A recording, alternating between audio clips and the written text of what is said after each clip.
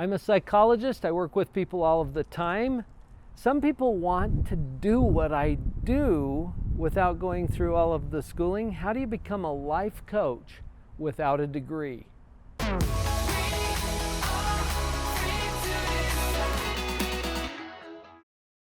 It's not the degree that qualifies someone to be a life coach. In fact, many of the life coaches out there don't have a degree. I do. I have a PhD in clinical psychology, but I don't practice therapy anymore. I haven't done that for years. I do life coaching from a positive psychology model with no diagnoses. I don't work with insurance companies. I'm a life coach, really, but I'm still a psychologist. So let's talk about how you get yourself to a point where you can become a life coach without necessarily having a degree. It's not the degree that qualifies you, but something has to qualify you. There's this question that has to be answered right up front. Why should people listen to you? Why should they trust you or talk to you about what's going on in their life? Now, you're going to have some initial responses to that. This is an important question to answer. You don't have to be the expert.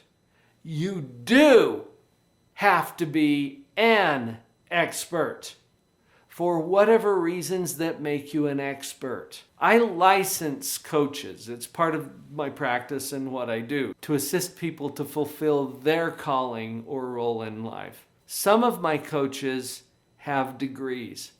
Many of them do not. All of them have some specific life experiences or things that have qualified them to step up and offer assistance to others. Now, I am not saying that you shouldn't do this. You know, it irritates me sometimes that it is so easy to just hang up a shingle and call yourself a life coach. Anybody can do it. That's both good news and bad news. Now, the bad news is there's going to be a lot of people hanging up their shingle with no qualification to be a life coach, but they just decided that they were. Now, the other side of that is that anyone can do this.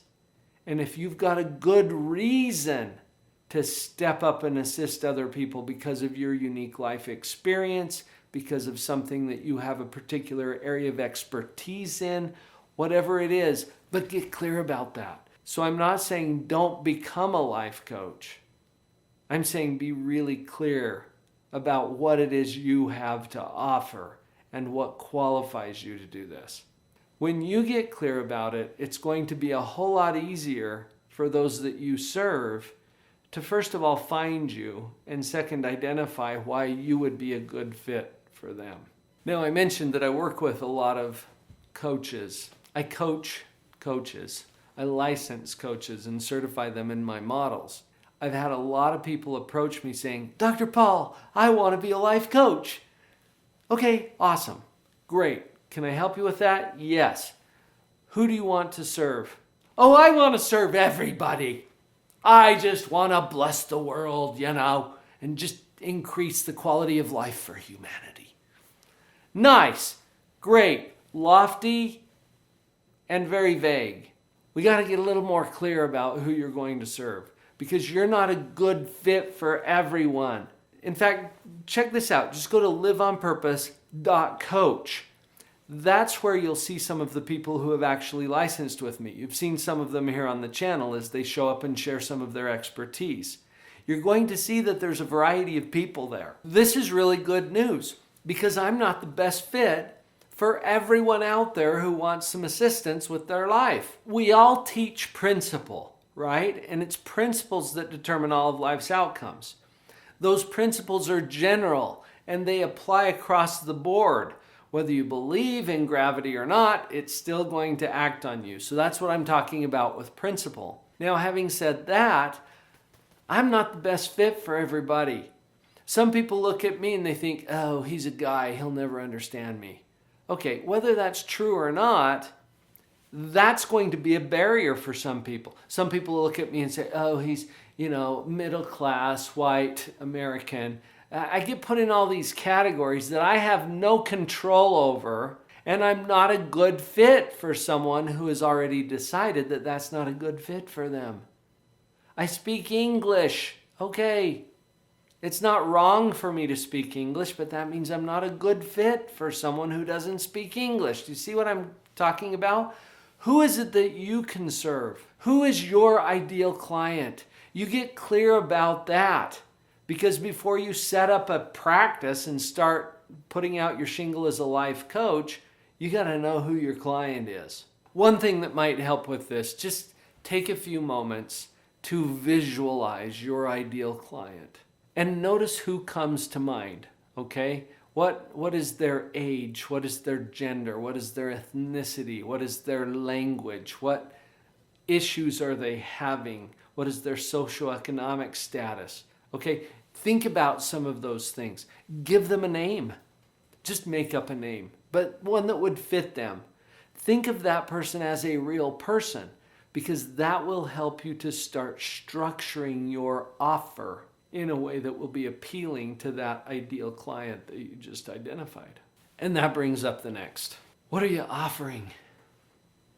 What is it that you are offering these people? You know what? When I started coaching, I'm coming from a weird place here because I had a traditional psychotherapy practice. I was practicing psychotherapy for, 12, 13 years, where I would bring in clients. Usually they were referred by their primary care physician or pediatrician. They would come into my office, I'd do a little workup, we'd set up a treatment plan, I'd bill their insurance company, and then they went on their way. And it was very slick. When I went to life coaching, and I'm no longer accessing the same referral sources or the same payers for my services, I had to get clear about, well, what is it that I'm offering? I remember one of my earliest life coaching clients who contacted me and said, Dr. Paul, what do you charge? That's kind of a tough question to answer. What would you say if someone asked you that? So you have to think some of those things through. Well, I told him the fee that I was charging at that time. And then he said, so what do I get for that? Okay, you got to be ready to answer that too. What does your process look like? What is it that you're offering? Is this a course? Is it a series of individual meetings or sessions? Is it a combination of those things? These are things that you'll need to think through if you want to become a life coach. What does your offering look like? Then when people start to ask you those questions, you have a lot clearer answer for them. I've found with a lot of the coaches that I've coached in the past that that's an area where they tend to stumble. And until you get some clarity about it, it's really hard to communicate that to your clients or your potential clients. At this point, you might be thinking, you know what? I don't have a process. I don't have a really clear idea of how I'm going to offer this.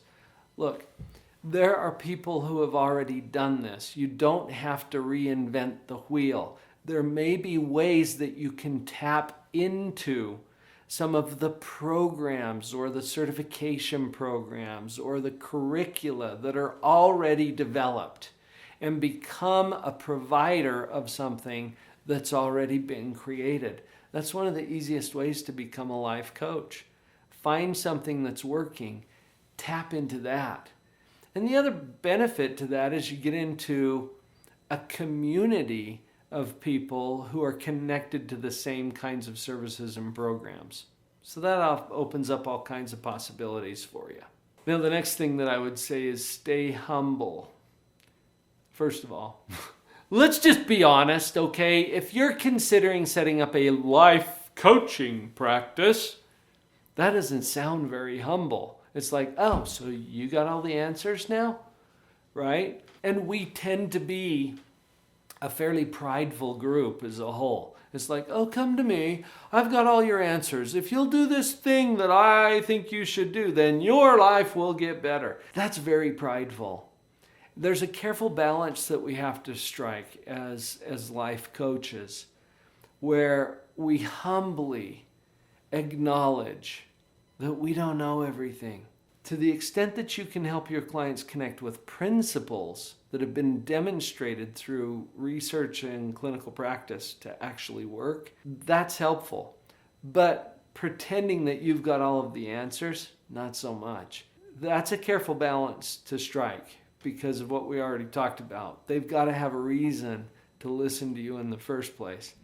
But then approach it with humility and openness. Openness to feedback. You will learn so much from your clients and from colleagues and other people in the industry. So be open to that. Be ready to receive the feedback that you're sure to get. And some of it's not going to be pleasant. That's okay. It creates a growth opportunity for you. Be open to it. Be humble. And the last point that I think I will conclude with today is to associate. Get yourself into the mix of other people who are doing this, who are successful at it, who have tried it, who can give you input and advice and support and a community that you can start to connect to. You don't have to do this alone. And it's not a good idea to reinvent the wheel every time you want to serve someone. Tap into that community, create it, protect it, and contribute to it as well, because the world is waiting for your contribution. I get to assist people with figuring out how to set up their life coaching practice quite often. I actually have a licensing program and some training available. Go to liveonpurpose.coach and just see what we've set up there. I think you might be interested.